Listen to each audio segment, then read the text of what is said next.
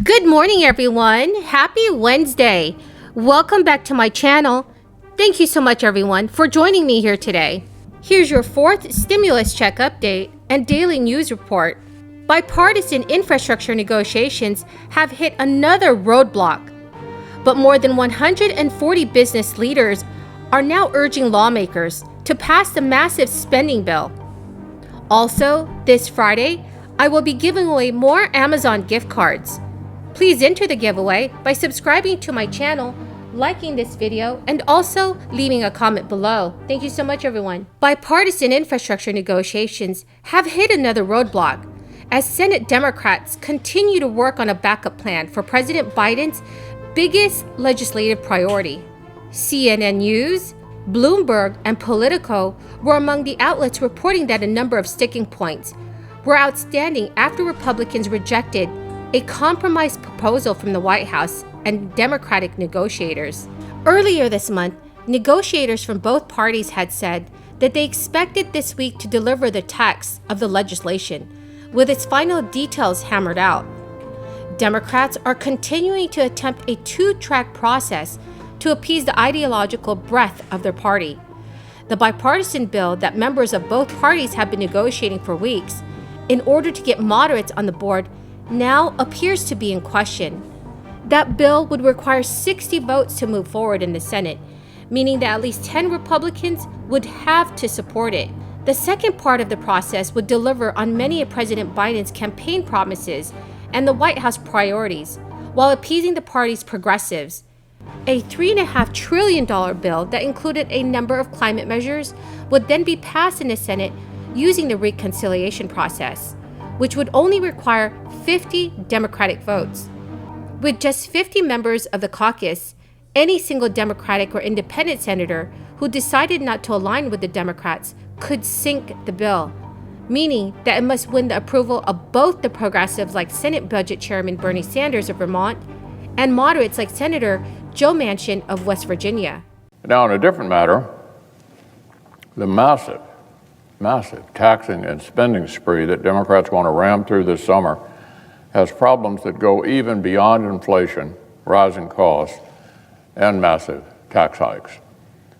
The problem is not just Democrats' jaw-dropping $3.5 trillion price tag. It's also the long list of bad liberal policies that this reckless taxing and spending spree is supposed to purchase. I spoke yesterday about just a few of those bad ideas. They're talking about amnesty for illegal immigrants, socialist price fixing that would leave us with fewer new prescription drugs, fewer new treatments, and fewer new cures. They want to permanently change the child tax credit into welfare with no work requirements.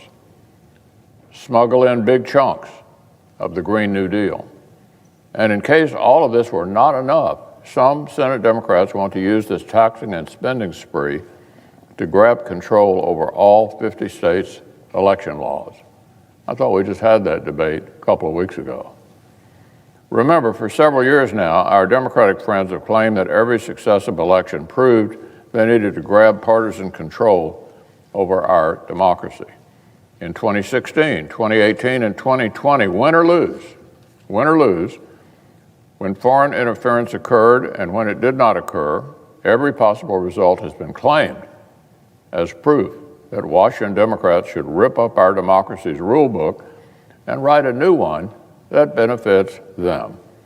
The latest phony justification has been the false notion that a few states' mainstream voting laws equal some kind of assault on democracy as we know it. Of course, that is absolutely utter nonsense. Americans want it to be easy to vote and hard to cheat. Voter ID protections are hugely popular. Basic voter roll maintenance is common sense. The new law in Georgia, for example, provides for more flexible early voting and absentee voting than many blue states, including New York. But the facts weren't about to stop the Democrats' big lie. The absurd comparisons to Jim Crow segregation and all kinds of other horrors have continued apace. To provide a little more context about this fake hysteria. In an interview with ABC News on Sunday, House Speaker Nancy Pelosi confirmed her position that she would not take up the bipartisan bill until the reconciliation bill had also passed. She said she was rooting for the infrastructure bill to pass and congratulated President Biden and the negotiators on their work, but also laid out why the second bill was necessary. Nancy Pelosi stated, "We say build back better with women. That is why we need childcare. That is why we need home health care funding. That is why we need family and medical leave. So building the human infrastructure is really a part of building the physical infrastructure. So that is why we will have something further to add. The deal is not as green as I would like it to be, the infrastructure bill, but nonetheless, I hope it will pass." If the bipartisan deal were to fall apart, Democrats would still have the option of folding everything into one reconciliation bill, passed with just their 50 votes along partisan lines, as they did with the COVID-19 relief package back in March. While Joe Manchin has repeatedly stated he wants a bipartisan bill, he has also said he supports adding additional pieces through reconciliation. Manchin also made similar calls for a bipartisan deal prior to the pandemic relief program, but went along with his Democratic colleagues in passing it. Last week, Bernie Sanders projected confidence that Democrats would be unified on the two-step infrastructure approach. Sanders told Politico, "I cannot give you an exact timeline, but I think that we are going to have every Democratic senator on board. At the end of the day, the $600 billion in physical infrastructure, you can do it in the bipartisan bill, or you can combine it with one. One way or another, it is going to happen." Democratic Senator Tim Kaine, a member of the Budget Committee, had added, "If for some reason the bipartisan version does not work out, then we ought to be looking at a reconciliation bill that's at least $4.1 trillion. And despite those statements, it's not certain that all 50 Democratic senators would be involved with folding everything into one package. Given a thin margin in the House, a small group of Democrats of any ideological perspective could also unite to block the bill there. Many progressives have urged the White House to move forward without any Republican support, arguing that the GOP is trying to run out the clock. The current bipartisan negotiations are the second version to take place this year, after the White House called off talks with Senator Shelley Moore Capito back in June, because the two sides were just too far apart.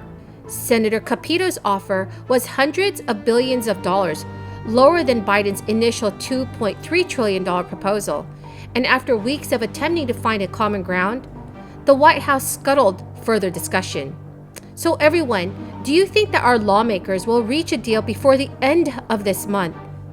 Please leave your thoughts in the comments section below. So that's the end of the video, everyone. Thank you so much, everyone, for watching this video today. I hope that you found it helpful. Remember that this Friday, I will be announcing more winners of my Amazon gift card giveaway. Please enter the giveaway by subscribing to my channel, leaving a comment below, and also liking this video. Thank you so much, everyone, and have a very blessed week.